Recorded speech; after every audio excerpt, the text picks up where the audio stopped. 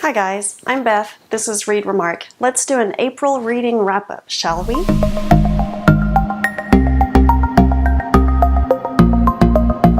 Hi guys, I'm Beth. Thank you so much for joining. Today we are going to do a rapid-fire book review of all the books that I read in the month of April.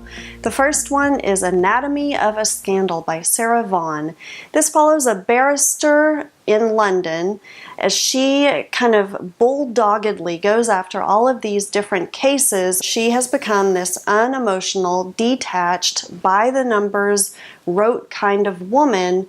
And then all of a sudden she has this case that really gets her in a personal way. Here's what the case is. It's a man who's been accused of rape, but it's kind of a sticky case because he's been having an affair with a woman, a consensual affair, and then all of a sudden she has accused him of taking it too far without consent. It's a really relevant book in this Me Too era and really exemplifies the culture of disbelief that can surround accusations. I give this book 4 stars. I think it was really well done. The plot was really interesting. The unraveling of the facts was really fascinating. But even more than that, the characters themselves were very well drawn out. The next book is Rainbirds by Clarissa Guinowen. Now this book on its surface is a mystery. It follows Ren, a man in China who travels to his sister's town whenever she has been found murdered. Now, there is that element of mystery of trying to figure out who did it, how she was killed, but really that's not what the book is about at all. Instead, it's kind of a quiet and slow-moving portrait of Ren's grief. It's really interesting. If you go into it looking for a mystery or for a thriller, you'll probably be disappointed. It doesn't dash from one scene to the next. It really takes its time within each of the scenes, which is different for me. It's a different reading experience, but still, I give this book 4 stars because I thought it was just so beautifully done. I did a video on this one, so if you want to hear more about this book, definitely check it out. I know it's definitely not in everyone's wheelhouse. It wasn't in my wheelhouse of the books that I usually read, but it's one worth checking out. The next book is The Last Equation of Isaac Severy by Nova Jacobs. This book follows Hazel, a woman whose genius grandfather has passed away, ostensibly by suicide. And he leaves Hazel this note that's kind of a kickoff for a scavenger hunt. I give this book 4 stars. It's not necessarily as exciting as Ron Swanson on Parks and Recreation when he is in the midst of the thrill of the hunt. It's not quite as soul-crushing as Michael Douglas's character in the brilliant movie The Game, but it is still a very interesting book. The hunt isn't quite as hunty as I thought it would be. I thought it would be this wonderful scavenger hunt that took her all over the place, kind of like The Codex by Douglas Preston, another really good book. But still an interesting book. I think the real interest in this one is the dysfunctional family itself. Almost a Tennessee Williams-esque level of dysfunction. The next book is Lies She Told by Kate Holohan. This book is kind of an interesting concept, very meta. It has an author who is married to a no-good husband who she's trying to write her next bestseller.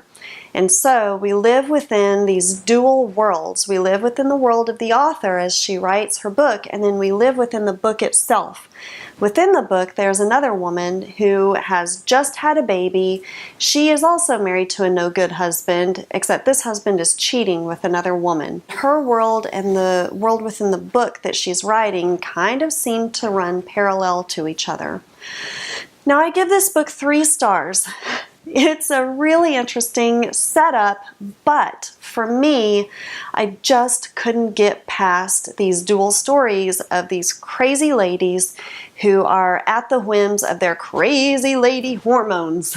You know, on the one hand, we have this author who has all these hormones from trying to get pregnant, and she's just, you know, all over the place. Oh, these hormones. Meanwhile, within the book, we have the woman going, oh, my hormones, my baby hormones. It's almost as if both of these women are insane and completely at the whims of their womanly bodies. I'm sure that there are other people who read this book and don't see that at all. All they see is the thriller, and the thriller is very thrilly. The payoff at the end is a good one, but for me it was just so hard to get past these women who were crazy just by virtue of being women. The next book is An American Marriage by TAYARI Jones. I also did a video on this one, so you should check that one out if you would like to read or hear more about that book. It follows a woman, Celestial, and a man, Roy, who are married, and they have this passionate, almost kind of tumultuous relationship, and then all of a sudden Roy is unjustly jailed for 5 years. It makes me wonder if Roy and Celestial would have been able to make it work between the two of them after all, even if he hadn't gone to jail, or if they would have blown up like so many fireworks that just are so combustible that all they can do is explode and fly apart. But who knows, maybe they could have made it work. Now both characters are pretty unlikable. Roy struts about like a peacock, while Celestial flits about him kind of like a hummingbird that doesn't know what she wants, but if she doesn't get it, boy does she let you know that she's unhappy. You know how much I like unlikable, multi-layered characters, and so I give this book 5 stars. It's heartbreaking, but you really get to know all the characters in it. You get to know the community, all the family members, the ins and outs of all of it, and it really makes me think about what could have been, what should have been, and what never will be. The next book is Sometimes I Lie by Alice Feeney. This is another one with a really interesting setup. Amber is a woman who is in a coma, but she can hear everything that's going on around her. And so we have these dual time periods going on of Amber in her present day while she's in the coma, and then these flashbacks to the past with her dealings with her sister, with her husband, all of the things that brought her up to now where she is in the coma. Now, I give this book 4 stars because there are a lot of twists and turns. Sometimes there are too many twists and turns. I had to go back and rethink, you know, okay, now what exactly happened here? I had to really think on it at the end. Once I figured it out, once I got it all sorted out in my mind, boy was it clever. Boy was it clever. I think this was one that I really appreciated upon thinking about it as opposed to in the moment. These last 3 books I did a video on in my trio of horror books, so feel free to skip over there and check that out if you want to hear more about them. I'm going to speed through them pretty quickly.